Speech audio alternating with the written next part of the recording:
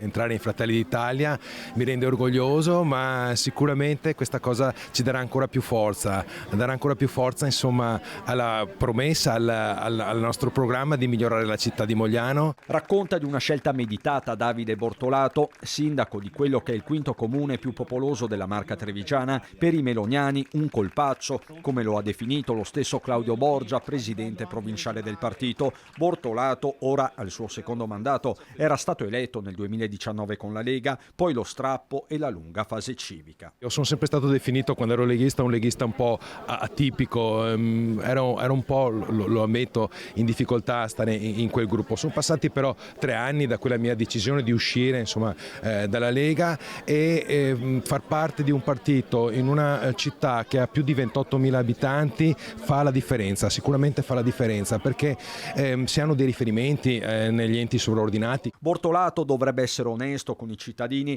la sua scelta non ha nulla a che fare con il bene della città, riguarda solo lui e la sua carriera. Tuona dal Partito Democratico moglianese Giacomo Nilandi. Gli elettori, dice Nilandi, avevano votato un sindaco civico. Il diretto interessato dal canto suo nega mire politiche, per esempio in vista delle regionali. Al momento assolutamente non ci penso, ho ancora 4 anni e mezzo davanti di governo qui a Mogliano Veneto, insomma abbiamo un programma da portare avanti e ripeto, questa mia scelta darà ancora più forza, insomma, all'impegno che abbiamo con i moglianesi di rendere la città sempre più bella. Quanto ai temi, sicurezza al primo posto, assicura Bortolato, così come la lotta agli impianti agri-fotovoltaici di via Cavalleggeri e Marocco, non solo. Dopodiché direi che il sociale è altrettanto importante, perché ci sono molte persone che restano indietro e non devono restare indietro.